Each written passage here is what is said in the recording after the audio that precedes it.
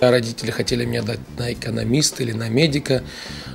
Сказал родителям, что я хочу петь, хочу быть вокалистом, певцом. Ну, как многим говорят вот, артистам, то, что родители были против, там, мои были не против.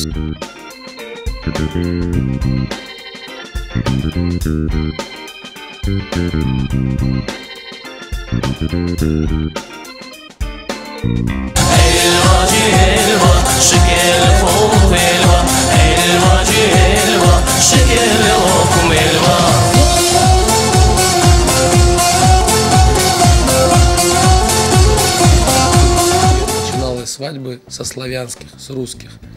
Вот. А была свадьба моего друга, я был свидетелем, ведущего не было на то время, это была небольшая кафешка, и он попросил, ну, зная, что я творческий человек, говорит, сделай что-нибудь там, конкурс какой-нибудь проведи.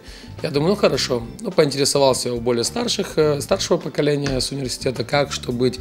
Приготовил какой-то сценарий и провел пару конкурсов. Свадьба прошла хорошо, уютненько. И на этой свадьбе были друзья со стороны невесты, которые увидели меня и сразу же позвали на свою свадьбу.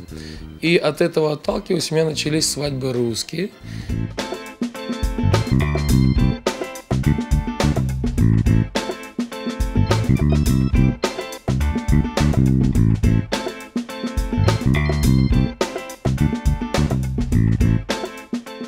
Молодежь стала более патриотичнее.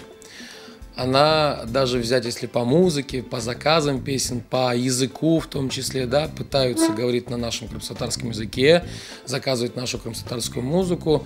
Но у взрослых еще своя ностальгия, поэтому вот эти моменты как бы бывают у нас на свадьбах, когда...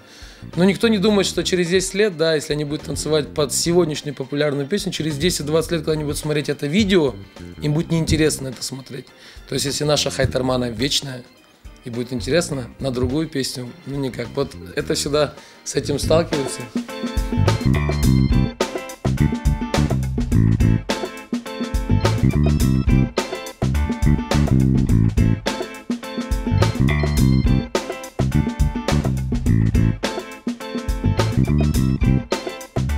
В любом случае, я думаю, что буду продолжать свою творческую деятельность, потому что кто как не мы, да, вот ведущие, музыканты, те люди, которые связаны с этой профессией, будет давать то, что надо нашему народу стороны с точки зрения культуры, да. Мы как часть механизма для пропаганды крымско-татарской культуры. Поэтому буду, иншаллах, в этом помогать народу.